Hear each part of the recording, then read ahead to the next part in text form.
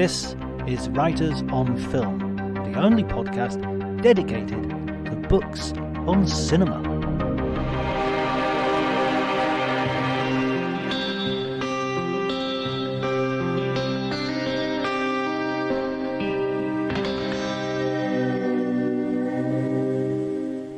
Hi everybody and welcome to Writers on Film. My name is John Bleasdale and I am your host, a writer and film critic. I am going to be talking to Thomas M. Puhr today. He is an academic and writer. He's published widely and he's just got a new book called Fate in Film, a deterministic approach to cinema. It's a really interesting book. Looks at a fascinating swathe of films from the Coen brothers to Christopher Nolan. Lucrecia, lots of brilliant Stanley Kubrick, lots of brilliant filmmakers, and a really interesting concept which, as you will see from our conversation, or as you will hear from our conversation, is applicable to so much in cinema, and indeed the whole idea of cinema itself seems wrapped up with an idea of freedom, determinism, fate. So really fascinating. I hope you enjoy it. If you do, please remember to like and subscribe to the podcast. If you could drop reviews, that would be great. I am also available for interviews or whatever. If you have your own podcast or you wish to promote our podcast, that would be super duper, or fandabby-dozy, depending on your preferred adjective of choice. You can follow me at Twitter at Dr. Jonty, DRJONTY, where I tweet far too much. So you might want to follow me, mute me, and then follow me, and then mute me, and unmute me when you feel like it, because I understand Twitter is a disease. I think Twitter is a pathology. I mean, I get a lot from it, especially humor, especially film recommendations. It's wonderful in that sense, but in if there was one invention that I would disinvent, that might be, oh wait a minute, nuclear bombs. Nuclear bombs. I disinvent nuclear bombs. Anyway, enough of me jabbering away, because the conversation is going to be worth listening to. You want to get straight to that. So enjoy the conversation.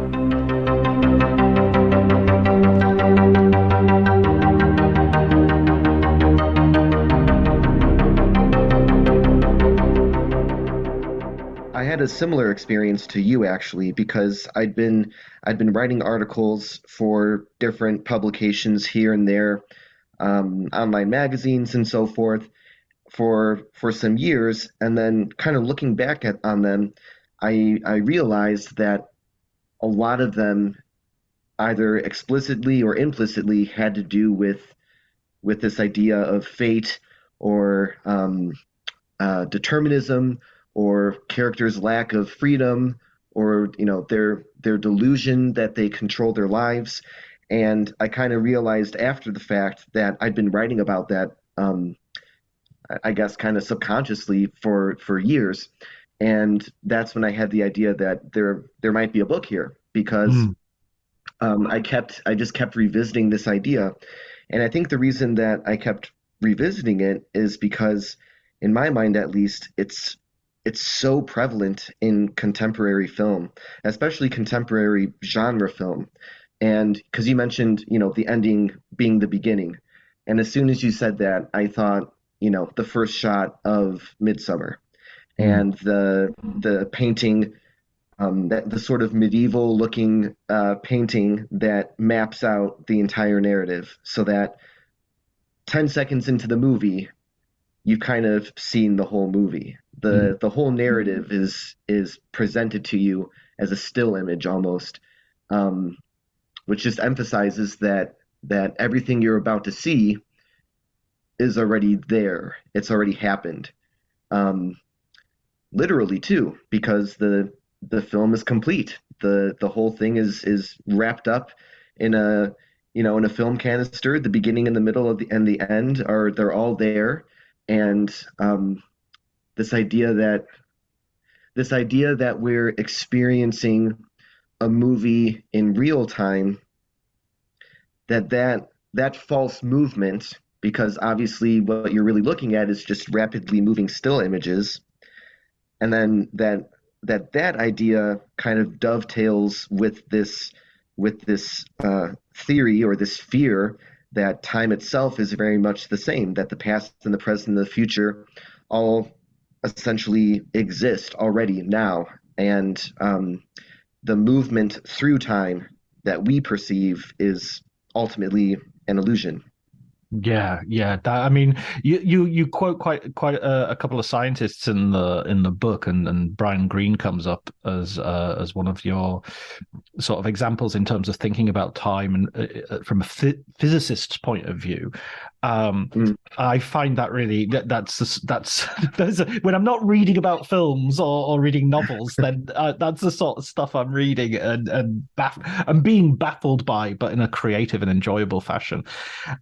I mean that whole. I remember a really good lecture about poetry from Christopher Ricks that I attended. I had the opportunity to attend at And Liverpool.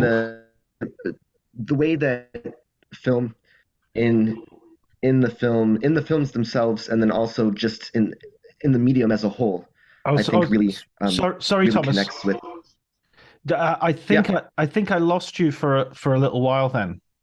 Oh, okay. I don't know what happened. I think I'm not sure exactly when I lost you. I think about 30 seconds ago. It Oh, okay. So um when we were talking about science books. yeah, exactly. I started mentioning something about science, and then I think I talked on thinking, and it had frozen. So I didn't notice until just now that. Oh, that was that I was blathering on. Yeah. No, wait, it wasn't that. It was funny because I said something about Brian Greene, and I was expecting you to go, ah, yeah, yeah, of course, I mentioned guy, and instead you just sort of looked blank, and now I've realised that that blank expression was the frozen image of you on the video. I wasn't just silently assessing the situation. Exactly like Tom Cruise in Magnolia. Wait a second, my camera's doing it now as well. Yeah, sorry. So But let's go from the Brian Greene. So yeah, you use that as one of your sort of reference points. yes, so his book, specifically The Fabric of the Cosmos, was really helpful for me. And I'll preface anything I'm about to say with I am anything but a science expert. And the science that I draw from is really, I guess, like popular science books, like you said, the that kind of general reader text about time and black holes and the universe, and I just find all that really fascinating. And the metaphor that Green uses in his book when he's tackling this idea about whether all of time, past, present, future, sort of already exists as this discrete object almost. He uses two metaphors. He compares it to a bread loaf, and he compares it to a bread loaf, and he also compares it to a frozen river. That there's this idea that time is like a flowing river, and there's even that makes me think of like stream of consciousness writing. Even there's this idea that your lived experience is like this malleable flowing experience, but that it might in fact be a frozen river. And um, he even in that very same book, Fabric of the Cosmos, he even makes a connection to film. He says that like the still frames in a film, the different time slices in the time river, or the different time slices in the time loaf, pick your metaphor, um, are it's the same sort of idea that Mm. they coexist. There's like this temporal simultaneity that is just sort of beyond our perception. In theory, it makes sense, but it's difficult to square that theory with the notion that we can change our futures, or that we have total uninhibited freedom in what we do and where we go and how we think. Yeah, yeah, but at the same time, it's like the it's like a dance. If you know the dance exists. You know that it's choreographed and there are certain movements and there's a beginning and a middle and an end. Mhm. But at any point during that dance, you are making the decisions to create that moment. Those series of movements. Yeah. No, I find that fascinating. So one example you use in the introduction, which is a brilliant moment of I don't know if Freud it would enter into the Freudian idea of the uncanny, but that idea of Mhm. uh, in The Shining, you have this flashback in the sense that, I mean, as a viewer, you have a flashback. When you see Yeah. the photograph on the wall, you sort of suddenly go, oh, how many times has he walked past that? How many times have Right. we seen that? Have we Yeah. walked past that? Um, Yeah. could I rewatch it and zoom in and find him already there? Yeah. Oh, I love that shot. And one of the that was the realization I had while writing the book. That was kind of like an aha moment for me while I was writing, because the it's such a baffling shot, and I think we're kind of built as movie watchers. When you see that scene, your kind of knee-jerk reaction is, "Oh, okay, he's been like sucked into the past. Mm. He's been like absorbed by the hotel somehow."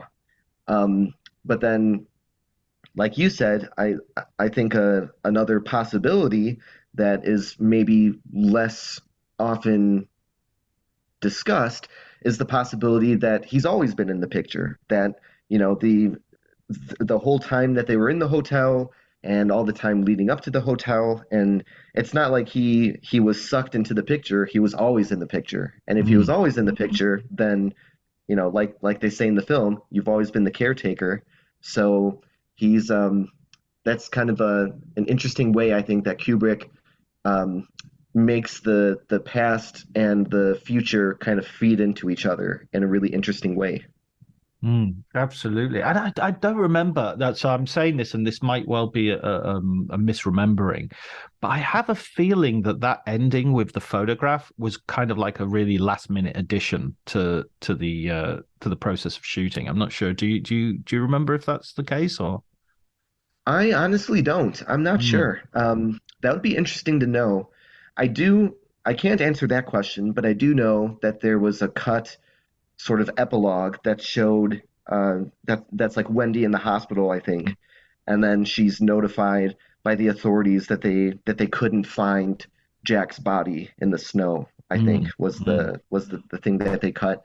Um, I think And, Roger and the Ebert talks about ball that in and the his ball review. bounces. Apparently, the ball bounces from that Danny was playing with somehow. Oh, really? Yeah, it turns up in the scene. I think I've seen that cut. I'm pretty sure I've seen that cut.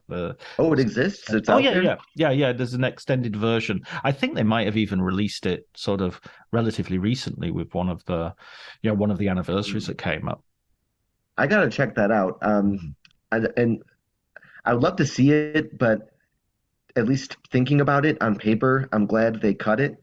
Mm. Um, because I think it's if you said, oh, like his body disappeared, ooh, then that reinforces I would say like the kind of simpler interpretation that he was somehow sucked into the past.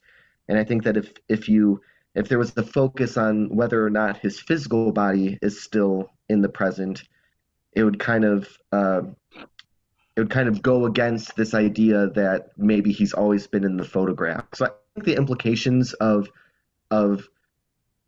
not knowing what happens to the body and not being quite sure why or how he's in the picture is far more, like you said, it kind of taps into the uncanny and it's far more frightening, and like baffling. And Mm. so I think but I do want to see that. I'm a little embarrassed to say I didn't know that that cut existed. I thought it was like stuff of movie lore, that it was like a lost scene or something. I have to look that up. No, I'm pretty sure it is, and I'm pretty sure I've seen it. Although I might be misremembering, and I've seen clips of it or something like that. And I'm pretty sure the thing about the discussion about the ending is in Michel Simone's book, or the sort of series of interviews that he did with Simone, Mm. which is a brilliant book, one of my first ever uh, film books that I remember getting out of the library as a kid and reading. Oh, Um, wow. yeah, Very cool. it's a beautiful book, beautiful. What's it called again? I think it's just called Kubrick, but the author is Mm. Michel Simon, the Okay. French journalist from Postif, who and guest of the podcast, previous guest of the podcast. Oh, okay. Um, Cool. so yeah, he interviewed everybody. He's legendary. He's in his 80s now, but he was one of the last people to interview Terrence Malick during his Oh, wow. Days of Heaven period. Oh, Uh, man. They yeah, must have so many great stories. yeah, they do. I mean, I love those. There's a British journalist called Derek Malcolm who again is probably in his late 70s. Mm. And I meet him every now and again at festivals, and he just has, he has stories from when being a journalist was a totally different thing, going to, Yeah, yeah. Not 90% online, right? yeah, exactly. Not sort of blogging and all the rest of it. Yeah. Um, oh, yeah, go ahead. Sorry. No, I was just gonna coming back to the idea of there being an alternative ending as well. How does that sort of go into your idea because the idea that you know a a world exists in the film which is sort of frozen and there, but then if you have like there's this cut and that cut and the other cut and the endings change radically, Yeah. how does that play into that idea of fate? Hmm. That's an interesting question. Um, I think I think it really speaks to how what the filmmaker decides to show or not show can have such a drastic effect on the meaning of the film or the potential meanings of the film. So I think to tie it to the idea of fate, I might say that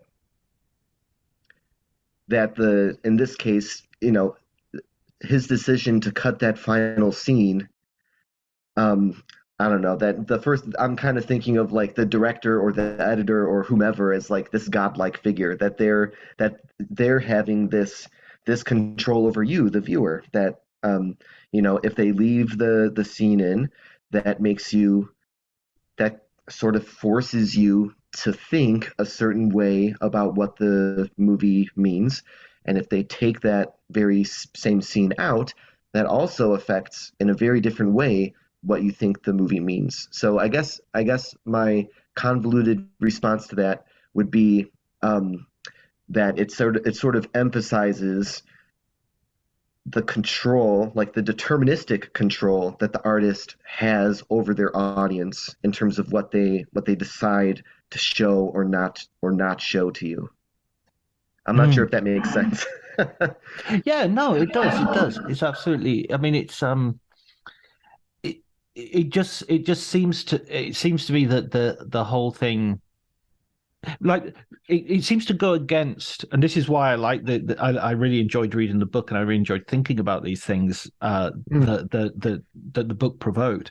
There's such a sense at the moment that watching stuff, the primary emotional response is surprise. That's the thing that's got to be preserved. I'm not going to watch any mm, trailers. I'm not going to see anything. No spoilers. No spoilers. right. Because I want and reaction videos of people watching stuff and a surprise death on well, Game of Thrones has been and gone, I expect, but that Right. sort of moment and people are like, oh my god, what happened, how did that happen? Yeah. um and how that is a really recent sort of trend, and like you know Mm-hmm. art is much more about telling you exactly what's going to happen, Yeah. and foreshadowing and showing, you know this is the tragedy of Hamlet. It doesn't end in a dance. Yeah. This is a comedy of Much Ado About Nothing. It does end in a dance. Yeah. And that's on the poster. That before you Right. got, someone pointed out that Rocky Four, I think it was me actually. But anyway, on the poster of Rocky Four, it's the last shot of the movie. It's Oh, that's like, right. With the flag draped over him, yeah, right? winning. Rocky Yeah. Four, come and see him win. Yeah. It's And like, that's exactly it. And first of all, big fan of Rocky Four. yeah, I love the robot. I love that he convinces Russia to stop being communists or whatever. It's a very emotional ending. But the that's just it. Like when you mentioned spoilers, I talk about that a little bit in the conclusion of the book, and I agree with you. It's definitely a very recent phenomenon, and in a way, I think it sort of like crystallizes how we go into movies pretending as if it's more than pretending as if we don't know what's going to happen. It's pretending as if we're experiencing it in real time. Like mm, we don't want to. I think the reason that spoilers bother a lot of people is because it breaks that illusion that when you sit down in the theater and watch the movie, that you're seeing movement occur in real time. And because a lot of the time spoilers really aren't that spoilery, you know? Like if you said in one of the Superman or Batman movies, like the Zack Snyder ones, if you were to say like, oh, Superman dies in one of them, then a super fan would get like really pissed that you spoiled that Superman dies. But it's like, well, if you're even a moderate fan of comic books, you know that Superman is going to die at some point. So it's less that it's like a surprise and more that it breaks that illusion of like real time movement. Yeah. it's kind of like a reinforced sort of naivety, if you like, because I think of it in this way. Uh, this doesn't necessarily apply to films exclusively. In fact, I think if I went to see a comedian do a routine or a play, Mm. and I had a great time and it touched me and it did all the things it needed to do, and then the next night, I accidentally went back. I went to another club and it was the same comedian, and he was Hmm. doing the same routine. I Mm. I would feel betrayed, no matter how no matter how nonsensical that reaction is. Because Yeah. he's doing a routine. He's a professional comedian. He's not just turned up and been spontaneously hilarious. Right. But that spontaneity is something which you give that presumption of spontaneity, that presumption of Yes. naive sort of like, oh, I don't know what's going to happen, and Right. and it's like, and even as a critic, you kind of have to sort of turn off a bit of your critical thing. I mean, Hmm. I read a review of a film recently, and it said, this character ends the way this character always ends in this kind of film.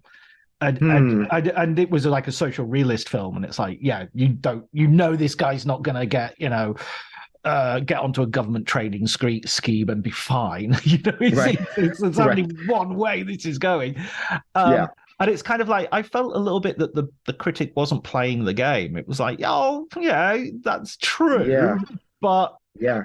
you know, it's almost like an argument against genre because genre is Mm. about pretending that this thing is spontaneous, but we all know it's going to end badly or well or whatever, depending on the genre.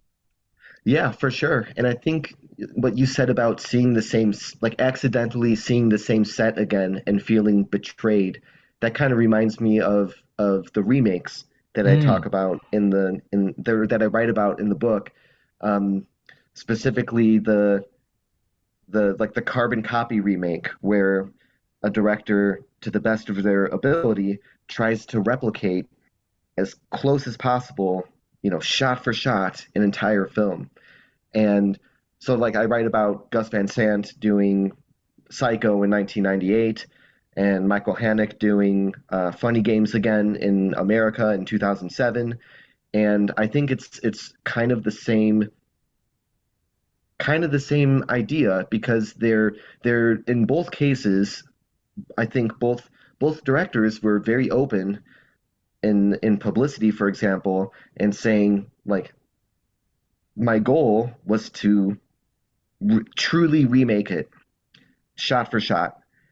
And and yet that was kind of like a common criticism of those films, you know? And it's like, well, like you said, you're not if if you're going into it knowing that that's what they wanted to do, and then you feel like betrayed by that, it's kind of like what you said. You're not playing the game. You're not playing. Mm. They're inviting you to play this game, and you're kind of refusing to play it. Yeah, yeah, it's kind of like, oh no, it's fake. The Michael Haneke US version of Funny Games is fake because it's just a Right. copy of the original. But the Yeah. original was a fake. I mean, the original Right. had a shot list and had a script and had a Right. casting session and back and back and back. Exactly. Yeah.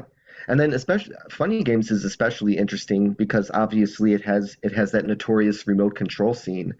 Mm, So um so it's like the original version of the film already has this self-awareness built into it and this deterministic theme built into it, and that the family's going to die and there's mm. nothing they can do about it, and even if the mother shoots one of the killers in the chest, they can just rewind it and redo it because the family's fate is totally in the hands of the two killers and totally in the hands of the filmmaker. And and then to remake that is especially interesting. It's like a Russian doll of like the film's self-awareness. It's like a copy of a copy, which I think is really interesting. And I think those remakes get a bad rap, unfairly. I think the 2007 Funny Games and the 1998 Psycho are like fascinating. Um, and I think like their success hinges on the existence of the original. Mm. Their reason for existing is is based on um is like dependent on something that's already out there. So that whole idea I just think is really fascinating. And like you said, it breaks the illusion of spontaneity. And I think maybe that's why some people reacted so strongly to them. But you can't win because if you drastically remake something, then people are going to be upset about that too. Um, so I don't know, there's almost something sort of self-critical about those carbon copy remakes because it's sort of in my mind it's sort of the filmmaker saying like, oh, you don't want us to mess with the original? Okay, you got it. Here's the original again. Yeah, with Vince Vaughn. Right. Yeah. I'm not gonna defend the Vaughn casting, but um, yeah, I love those movies. It's fun watching them to the best of your ability, side by side. But yeah, I'm not gonna put Vaughn up there with Perkins. I'm not gonna go that far. But I mean, that's in a way. I found that casting really interesting because, at that point in his career, Vince Vaughn was like swingers. He was this Hmm. sort of affable lunk, and Yeah. you pretty much a million miles away from Perkins in sort of physical stature and Hmm. star power and all the rest of it. I mean, Funny Games, I do like the American remake. I think it makes more sense in America. In Yeah. American, in American. I'm not sure if that's a way of saying it, but you know what I mean. It's like the only problem I have with it is that it casts two actors who are very much art house regulars in Mm, Naomi Watts and Tim Roth, and I think especially that stage of his career, Tim Roth was doing a lot of art house work. He was, in Werner Herzog films and whatnot. yeah. Um, I think it would have been better if it had Liam Neeson as the father, or Oh, Sylvester Stallone. I mean, because it really yeah. prefigures Taken. That's what it is kicking against. It's kicking against the daddy revenger. The Yeah. You come after my family. and that kind of fasting, or sorry, that kind of casting would draw in more of the audience that I think he was trying to get. Yeah. You know, like because Haneke said the whole point for really his only reason almost for remaking it was to make it more accessible to the intended audience, being Americans. Yeah. And I think the film, like the remake, would have been more successful if it was packaged in a way that would kind of trick the everyday moviegoer who goes to it thinking that they're going to see, a Taken, and then just being blindsided by it. But it wasn't like packaged and delivered that way in the United States. It was very much, it had like a pretty big release, but it was very much sort of advertised and promoted as like a sort of art house film. So I think it failed. I don't know who's to blame for that in terms of I think it's like a matter of marketing. Like they mismarketed it to an art house audience when they should have been trying to like dupe, maybe that's a judgmental term, but they were trying to trick people who just wanted to go and have like a fun time at the movies, and that would have been more effective in getting his message across. But I think actually your choice of word there is right, and that's probably why they didn't market in that way, because they didn't want to. They didn't want to have a host of very angry people going, "Okay, you've mismarketed this to us. We thought it was this, and it's something else." I think there was a thing there that wasn't necessarily accidentally mismarketed. It was probably quite consciously. We can't have, families turning up expecting to see Bruce Willis kick ass, and they're just coming out and questioning their existence. Yeah, exactly. And I mean, going to the heart of your thesis, that this is a European view of determinism, which American movies have vast overgeneralization, obviously, but tends, with their sort of active, proactive protagonists, tend to pragmatic, resolution-seeking people. Would kick against. It's not. We're not doomed. There's always a solution. There's always. I mean, look at Steven Spielberg's Schindler's List. Who else could look at the Holocaust and think, yeah, but what about the guys who got out? What about the escape plan? There's always a way. There's always a way, which is like, really. It's interesting you bring up Schindler's List, because doesn't Haneke like really hate that movie? I've seen I think I saw in an interview that he was upset by that movie, and that Spielberg was like using the Holocaust as a way to generate suspense. Is I think what he took issue with. Yeah, I mean, I've not heard Haneke's take specifically. That doesn't surprise me at all. I would never in a million years have assumed that Michael Haneke would approve of a Spielberg movie, except to piss you off, except if it. Yeah, although I did hear that I read somewhere that I guess he was a big fan of Paul Schrader's Dog Eat Dog, which is really interesting, because that is like the total opposite of the kind of movie you would expect him to like. But Dog Eat Dog still has, the guy's screwed. I mean, it still has a really pessimistic sort of view of the universe. That's true. What about a big one of the whether I want to go into some more of these films, because one of the things that I loved about the book was there's such an excellent choice of movies that it really keys in with a lot of the films that I'm interested in as well. So Jonathan Slater, you talk about his Identity Trilogy. Can you just explain a little bit what you mean by that? Oh, sure. So he only has 3 feature films. So it has to be a trilogy. Yeah, so it has to be a trilogy, and that's it. What's your next question? Okay. No, So it's Sexy Beast, Birth, and Under the Skin. And the superficially, they seem to be very, very different films. So Sexy Beast being a very stylish, um, sort of like poppy gangster film that's funny and colorful, and has, like a Brit pop soundtrack.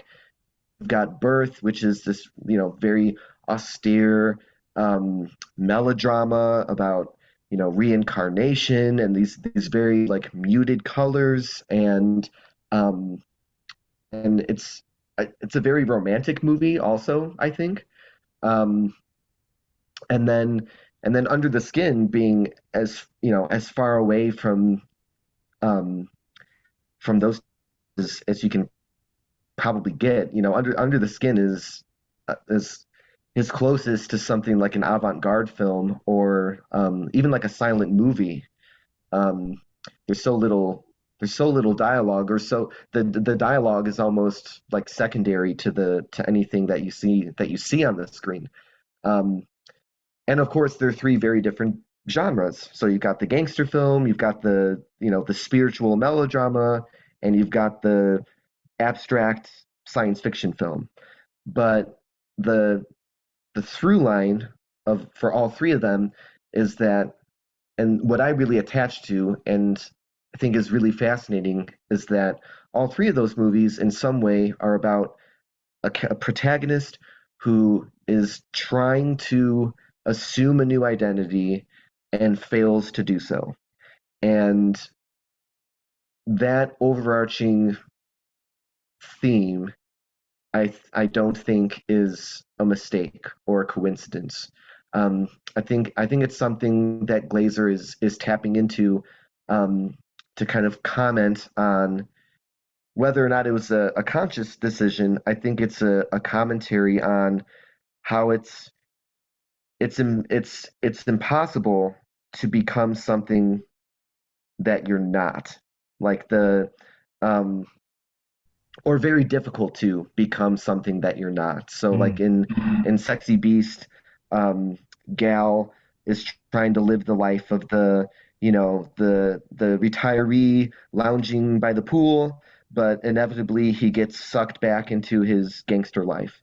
And Nicole Kidman's Anna in Birth is trying to move on with her life after her husband's death, and get married again and have another marriage and start a family and start this new life.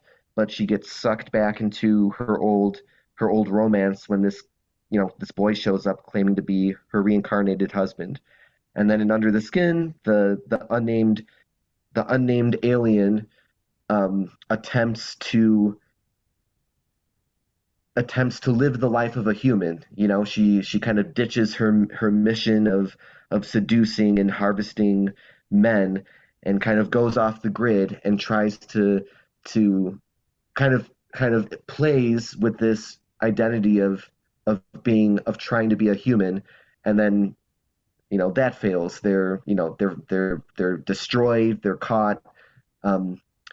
So I think it's really interesting that when a filmmaker, especially one who hasn't made a lot of films, has this series of movies that seem very disparate, but share this like core preoccupation with the difficulty of assuming a new identity. And then so hence what I call his Identity Trilogy.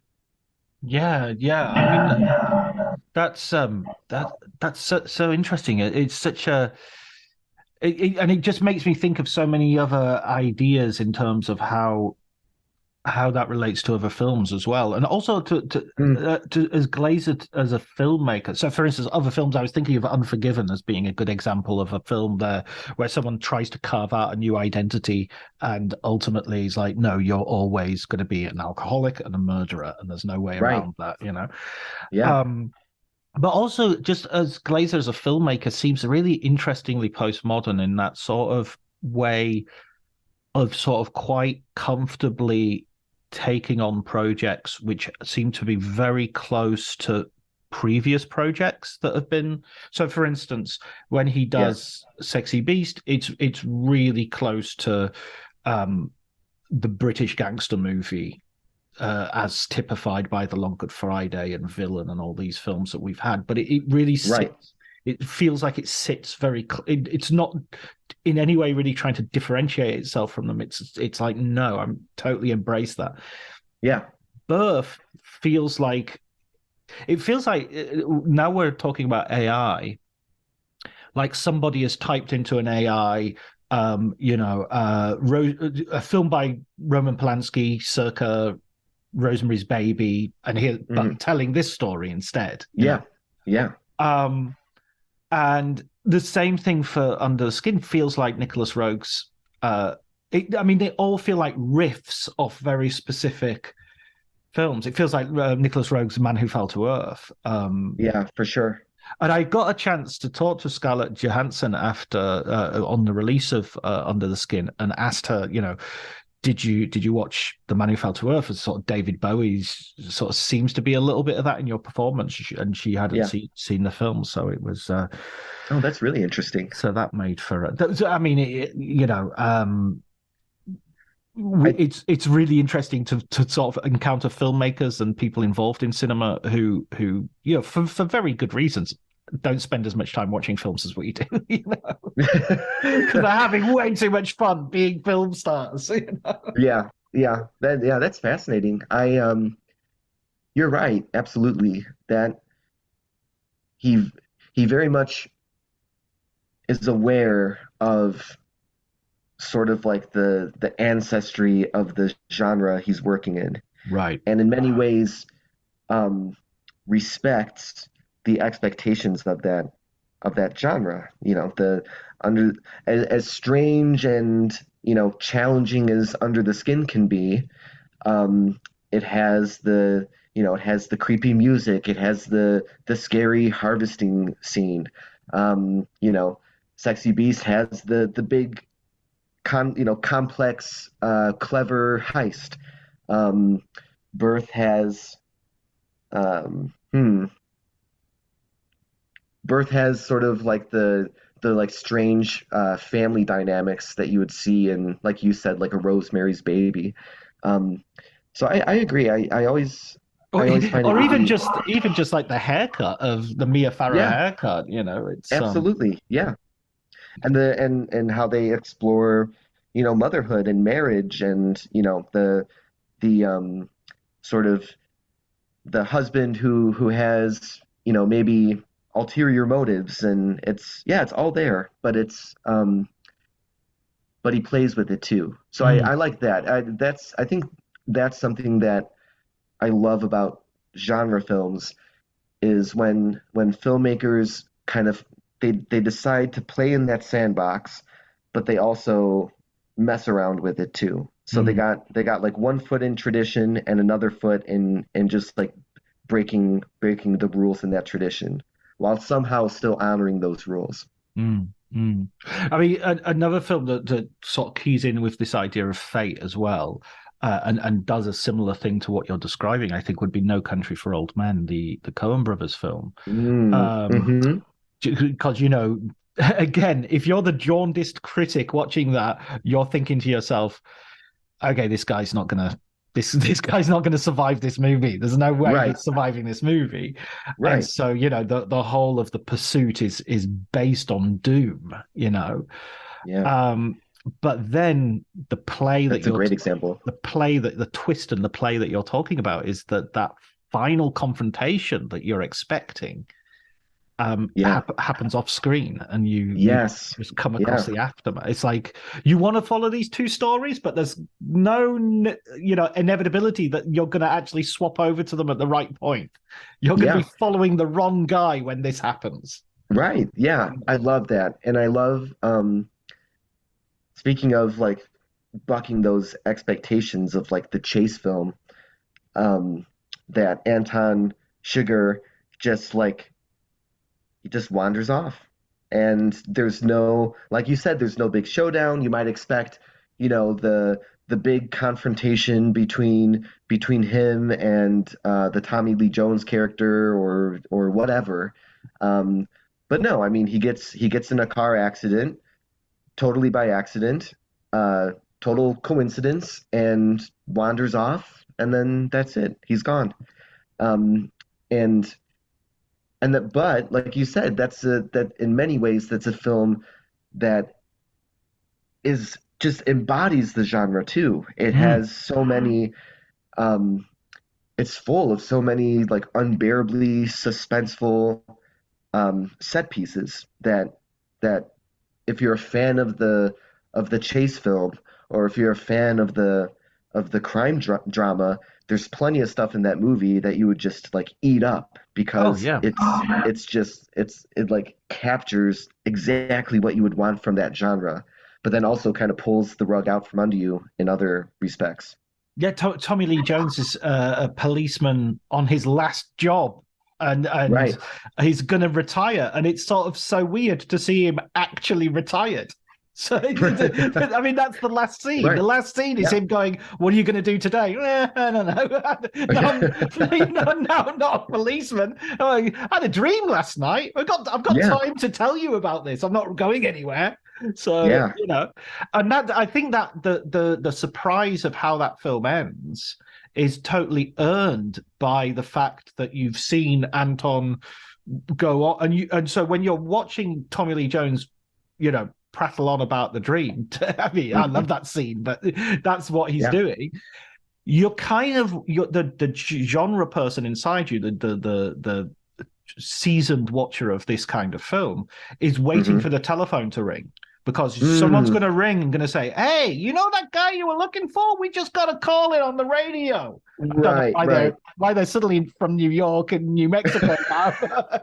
No, I'm walking here. I'm walking. I got a telephone call. Um, Yeah, but you expect it. yeah, Even though exactly. even though you shouldn't. Like you know, if you know you're in the Coen brothers' hands and you know that there's all sorts of like you said with the scene with him wandering off, they're very much or the scene where you do not see um oh what's his name? Josh The main Brolin. Josh Brolin. You don't see Josh Brolin's death. Um, so there's all these very clear announcements that they're not here to give you what you think you're going to get. But you're right. I agree with you that even so, up to the very final moments, you're still expecting that phone call, or that that twist where he shows up at the house, or Mm. whatever. Um, Yeah, he goes out on the porch and he's sitting there. I hear you've been looking for me, Sheriff. right, right, right. Or you hear the coin being flipped or something, right? And Yeah, yeah, yeah. Well, I mean, that's the coin flip is, of course, sort of speaks to your sort of central thesis of like, the idea of fate, the idea of, there is this, it can go heads or can go tails, and the way it's going to go, that coin has been traveling through its entire history right, to get to this point. right. Uh, you And know, I love the wife character in that film when she refuses to call it. Um, and it's such a powerful moment, and you you hear her, and you're like, yeah, like good for her, like that's she's not playing his game, but to not play the game is to still play the game, like if you refuse to play, he's still going to play for you. He's going to force you to play. yeah, but that So there's that's I see what you mean, and me as a complete moral coward would be like, oh, screw it, heads. I mean, I'm not gonna. I mean, I wish I was, but what she gives you is, I think, is a third way mm, to your sort of the proposed idea of determinism, no freedom, or some room for freedom, and she carves out a sort of third route of like, I I'm just not gonna give you the benefit of meaning. I'm not gonna hmm give you meaning. There was a brilliant Holocaust film by the actor Tim Blake Nelson called The Grey Zone, I Oh, don't I know if haven't seen that. right. I want to. Well, there's a superb moment in that where someone is they're having an argument. One of the Jewish sort of doctors, basically, who has been assisting in the medical experiments in the camp Hmm. as a way of surviving. You know, obviously that choice is not a choice that is just an open choice for him. Right. And he's trying to justify himself, and he's sort of saying, well, you know, maybe what if something, even in the midst of all this horror, what if we discover something that will save lives or something like that? And the Right. other, his fellow prisoner says, no, you're doing the worst thing in the world. You're giving them a meaning. You're giving them, Mm, you know, you're giving them a kind of justification by participating. yeah. And it's that similar thing of like, okay, the world can be chaotic and arbitrary and cruel and nasty, but I don't. Hmm. But it can do it without my participation. Yeah. You know, and that I think that's a. I mean, I think I totally agree with you. That's the most heroic moment of that movie is to Yeah. just pull out of it, Yeah. even though you know it's he's going to kill you. And that makes me, this might be an odd connection, but it almost makes me think of that character in Hamlet who the little side character who turns out to have this big heroic role in the narrative. There's I think it's like a guard or something. It's been a while since I've read Hamlet, but there's a guard who comes out and has like two lines and is like, wait, like you don't have to do this, and then is quickly like taken away or whatever. Um, and I think C.S. Lewis wrote an essay about how that was like his favorite that character who has two lines in Hamlet is like his favorite character in all of Shakespeare because he was the one to be like, no, it doesn't have to be this way. So yeah, those I live for those like little moments in films. Like that tiny little like blip that that shows a character kind of going, I don't know, going against the grain or like calling out this like vast controlling system for what it is. They can't escape it necessarily, but they uh, exercise some control at least by being aware of it, I guess. Yeah. Yeah. I mean, um, yeah. It's almost as if it goes with the meta idea that we're watching a film with characters reading lines, doing something, and trapped inside a plot and inside a genre, inside a narrative. Hmm. You know, Yeah. I mean, horror films, and this will bring us to some other movies that you mentioned. I remember there was a film. I miss it. It doesn't happen so much these days. I really miss it when you would hear about a film and not see it for ages. You know, you'd hear so everybody was talking about Wolf Creek, and everybody had seen it and they were talking about it. But for some reason, I was in Italy, I couldn't get, and somebody Hmm. finally turned up with a copy of the DVD, and I watched it. Yeah. And everybody had talked and talked and talked about how gruesome the last half an hour is. Hmm. And but what I found incredible about that film that is that the first hour or so, it's like one of those, it's like Psycho or Audition, maybe, that it starts as a generically as one thing and then shifts into something else. So at the Yeah. beginning it's just kind of a road movie, and you're getting to know these characters, and the characters are very well acted and very well written and very realistic. And I Yeah. found myself, because I knew this isn't going well, they're trapped in the horror genre. Right. Right. Can't this be a comedy? Do we have to go there? You know, Yeah. this it seems so You nice. know, you know what you're well, I love how you said that, trapped in the genre. That's just it. Um, I don't know, that makes me think almost of I know I mentioned it already, but it makes me think of Midsummer again. That minus the opening sequence, which is very horrific, a good chunk of the movie is like an exploration of a culture. It's almost like an ethnographic um, analysis of this subculture, and it's funny too. It's Mm. really funny in at points, and then you like the characters, you care about them, you enjoy like hanging out with them. The like ignorant friend who's like vaping during the ceremony is funny, and he's kind of a jackass, but you like him, and but you know that it's not going to end well for him. You know that he's going to become the skinned fool at some point. Yeah, yeah, absolutely. And that's I mean, could that be what genre is almost? It's sort of like locking in sort of a formula and an algorithm of fate. It's like this is the equation, and the characters are just going to drop in as the as the element in the Hmm. algebra, and this guy is the victim, and this is the you know what was the Yeah. film I watched yesterday? I watched Brightburn, and the black Mm. sheriff in Brightburn has exactly the same role as the chef in Halloran in The Shining. You know, Oh, okay. Yeah.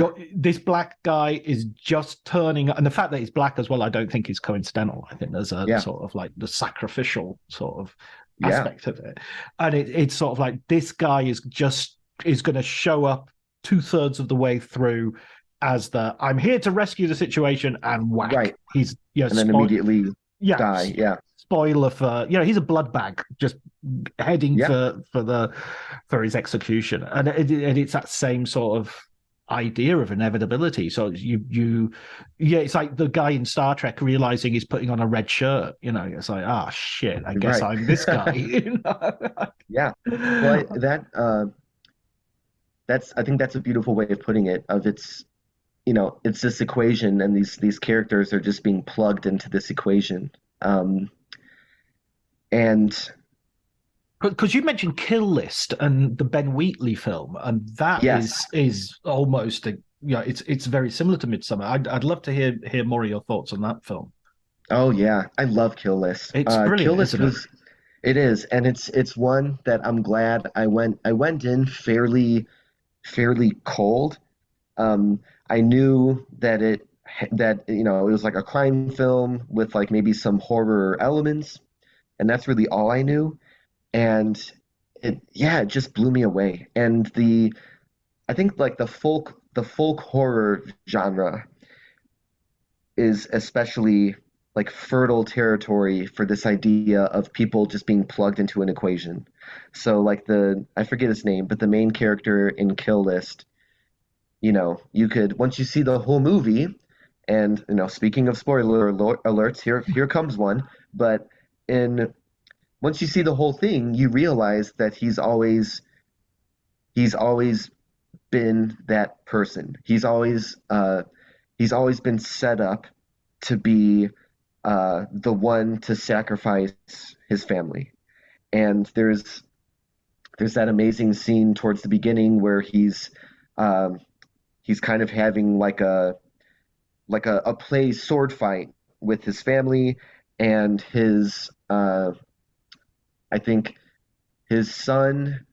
Correct me if I got this wrong, but his son is on like his wife's back, and he's having a sword fight with them, and that is almost like a perfect replication of the final sacrificial scene where his son is like tied to his wife, and they're that like weird cloaked beast that he has to kill, um, and that's been that role has been assigned to him. Mm. That dark organization, whatever they are, their motives and reason for existing is never explained. Maybe it can't be explained, right?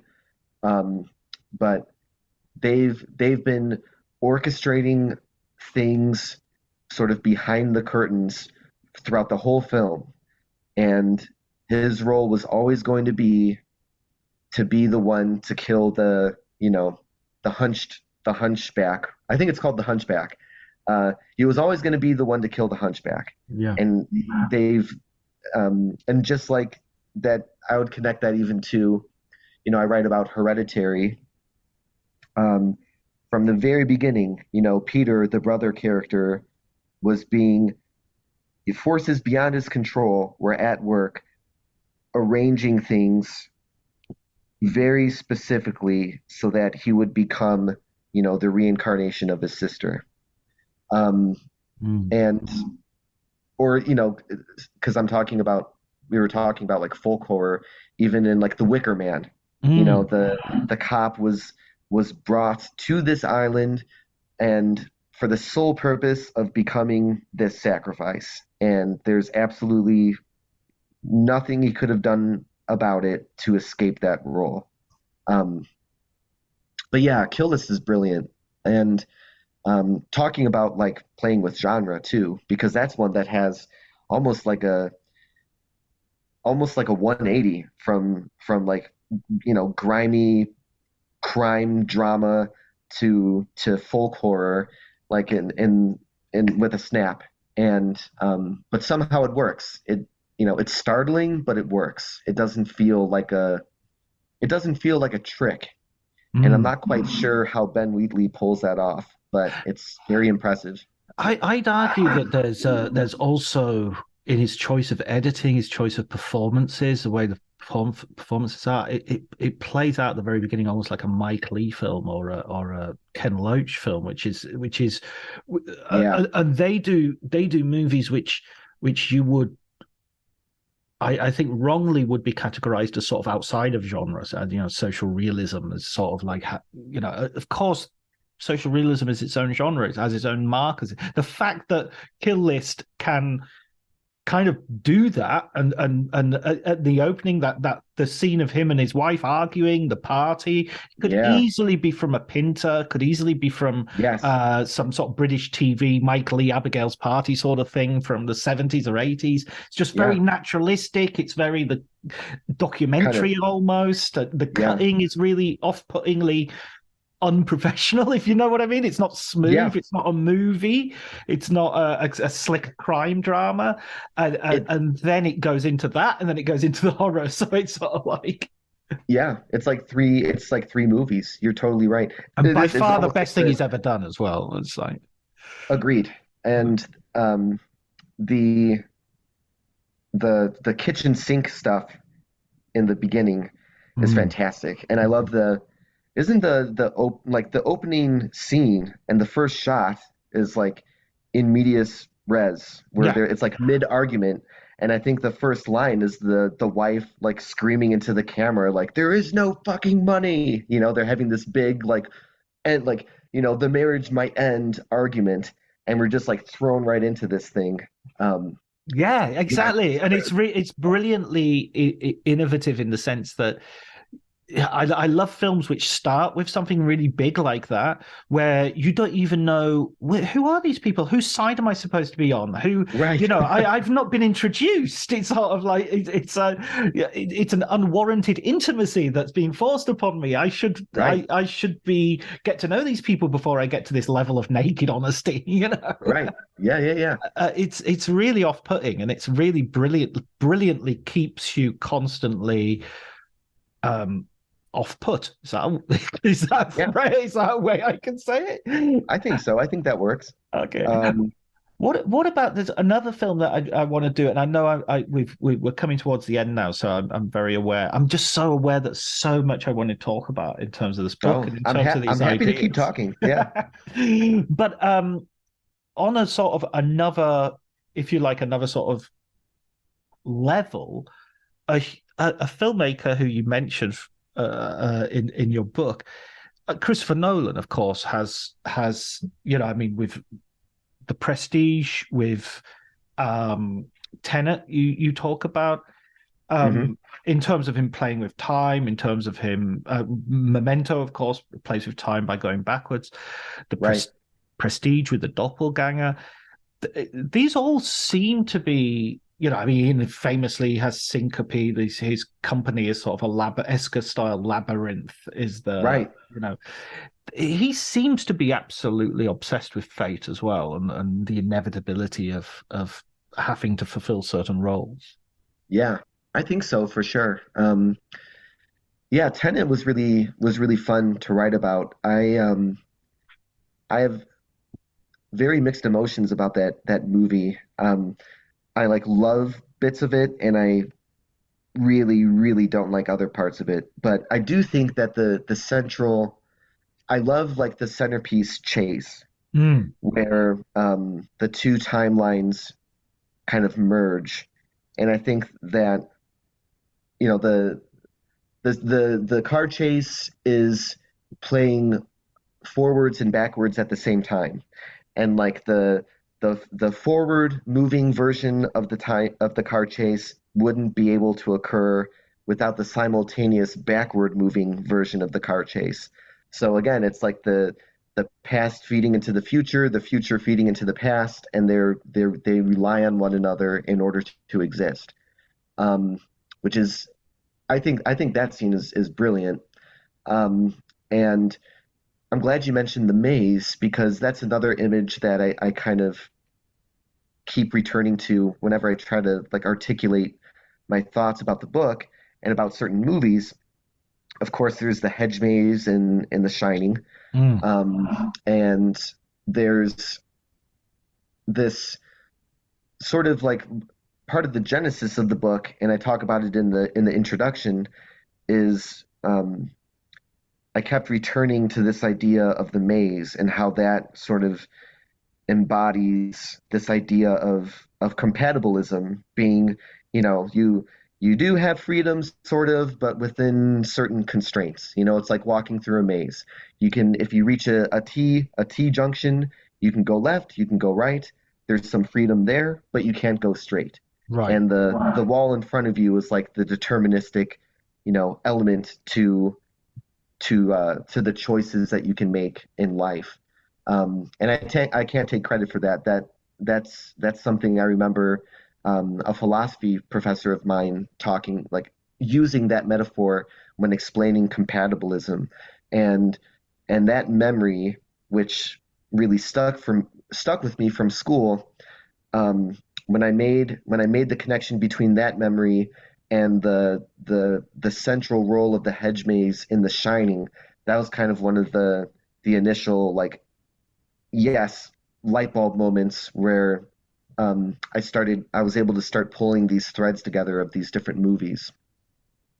But I'm interested in flipping that as well because you, I mean, I don't mean by flipping it by contradicting it or anything, but Mm, there's also this notion that without obstacles, I mean, you don't have a map in the sense that if I'm looking at that whiteboard and I was really interested in you starting with that sort of the T junction and it's a great, you get to choose, but you don't get to choose your choices. You have yeah, exactly. the menu order off the menu, which I know as Yeah. an American is almost the terrible thing that you can't do.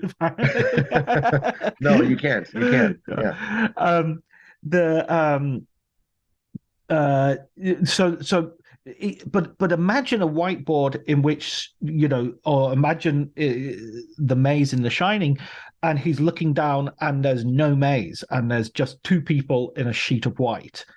Right. That's also terrifying. Yeah.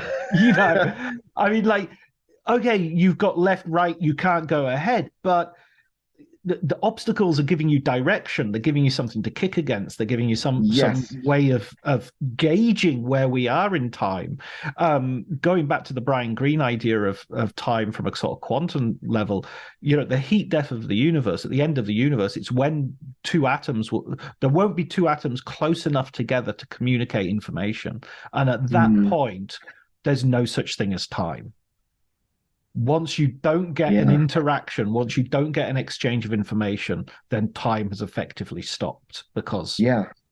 there's nothing will ever happen from then on. And if nothing's ever going to happen, then how can you tell that this is different from that? Yeah. You know. That's yeah, that is terrifying. The so the we so we have to love our fate. We have to love our maze. Yeah, love the maze. And I think no, you're right though. The idea of there being no maze and the the overhead shot of The Shining being replaced with the mini Wendy and Danny just wandering around like a white void is horrifying. Because if you're right, if there is no maze, there's nothing to interact with, and if there's nothing to interact with, that's I don't know, is that might even be worse than fate because in that case you're just in like a void and um or you're in, nothingness. Um so yeah, I mean maybe the maze isn't so bad after all. We got there.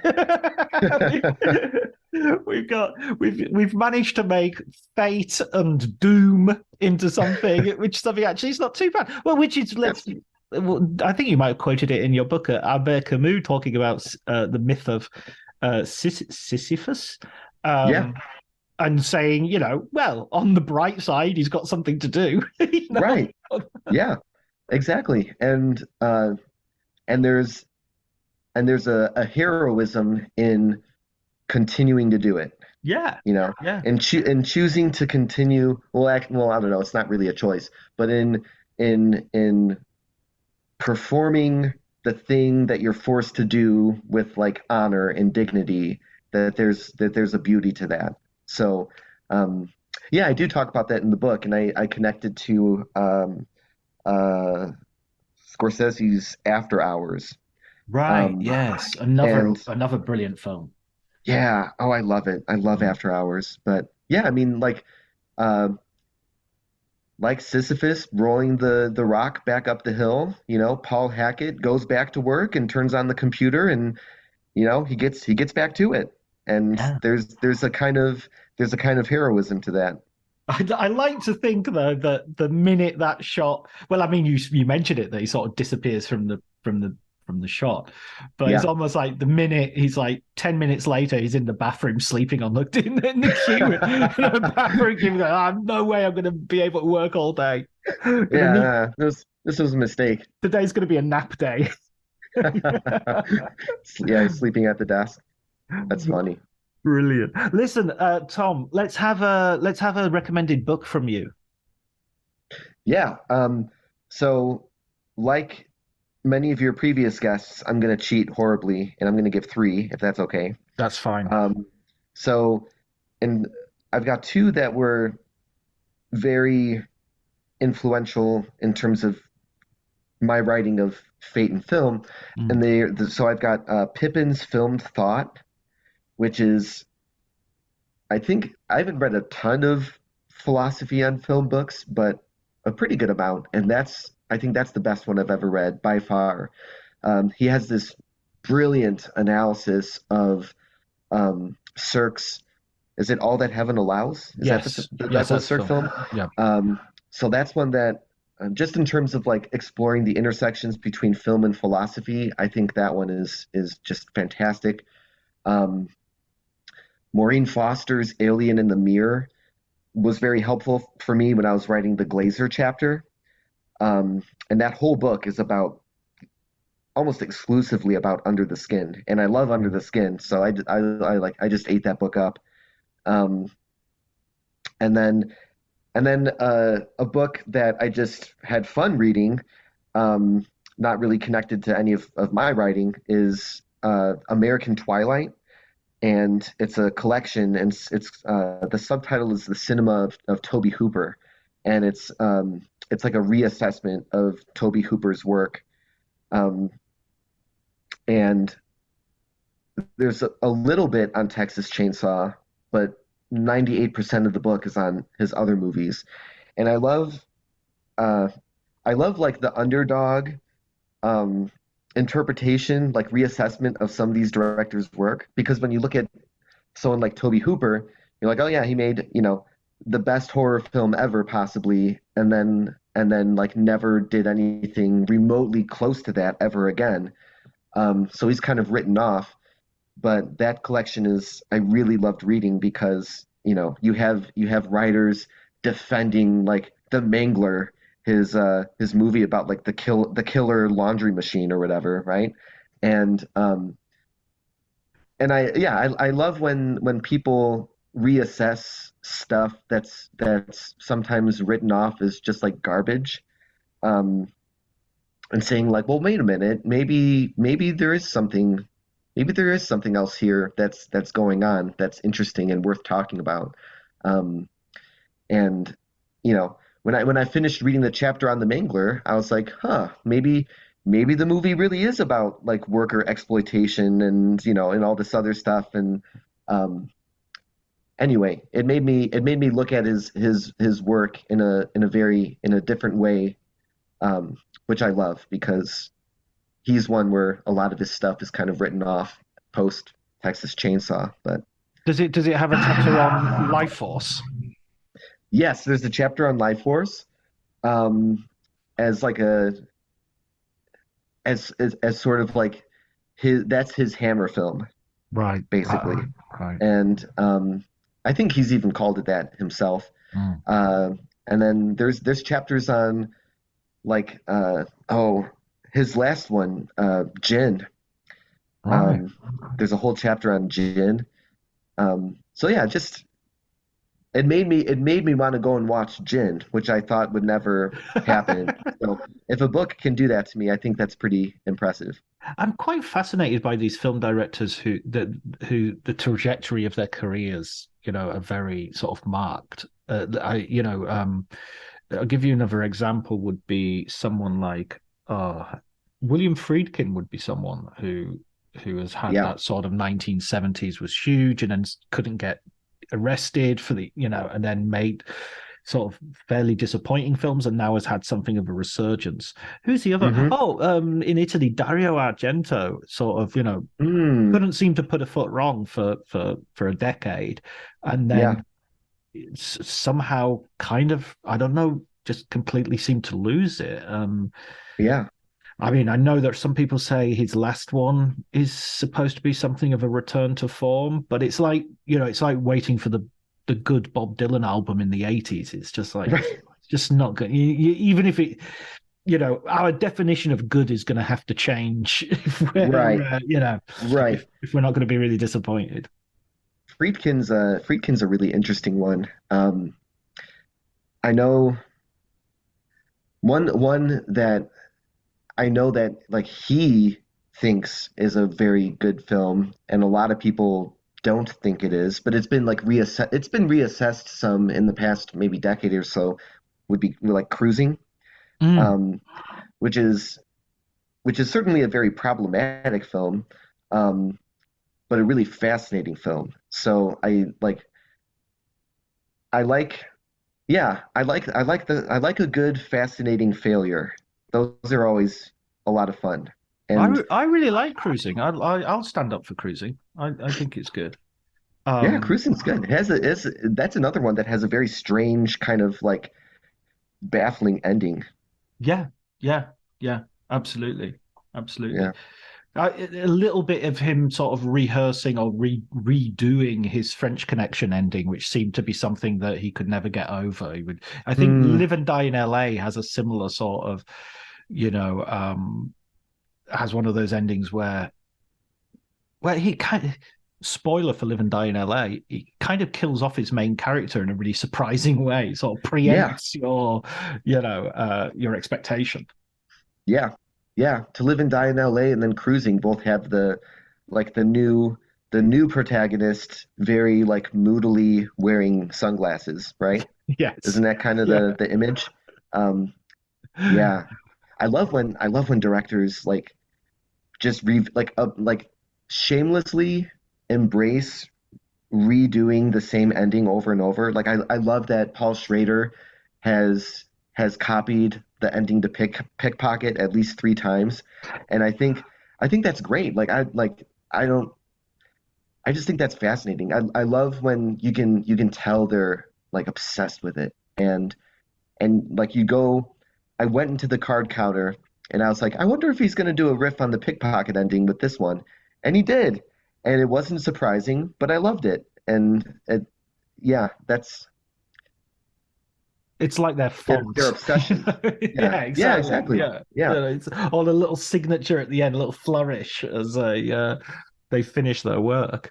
yeah, love it. Yeah, yeah. Well, listen, it's been brilliant talking to you, Thomas. I've really loved the book, and it was a there was a moment where you mentioned Derrida, and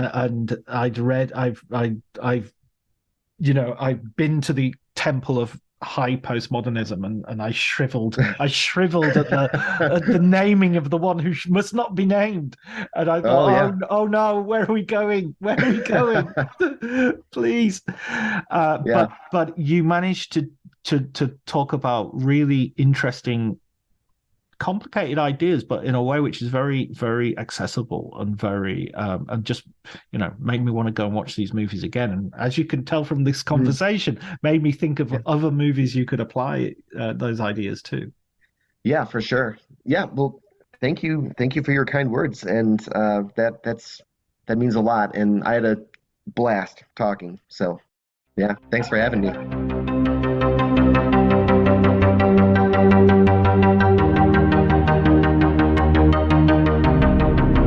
So that was me and Tom talking about determinism and film and so much more, and we really got into it. I'm glad I had the opportunity to talk to Tom, and hopefully we'll be having a further conversation some way along the line.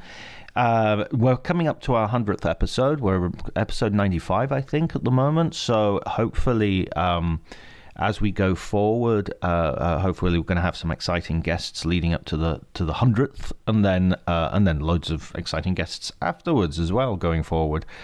So that's really good. If you yourself have written a book, or you know somebody who has, or you have a recommendation of someone that you would like me to interview, a writer who you particularly admire and would like to hear them talk about their work, then by all means get in touch with me.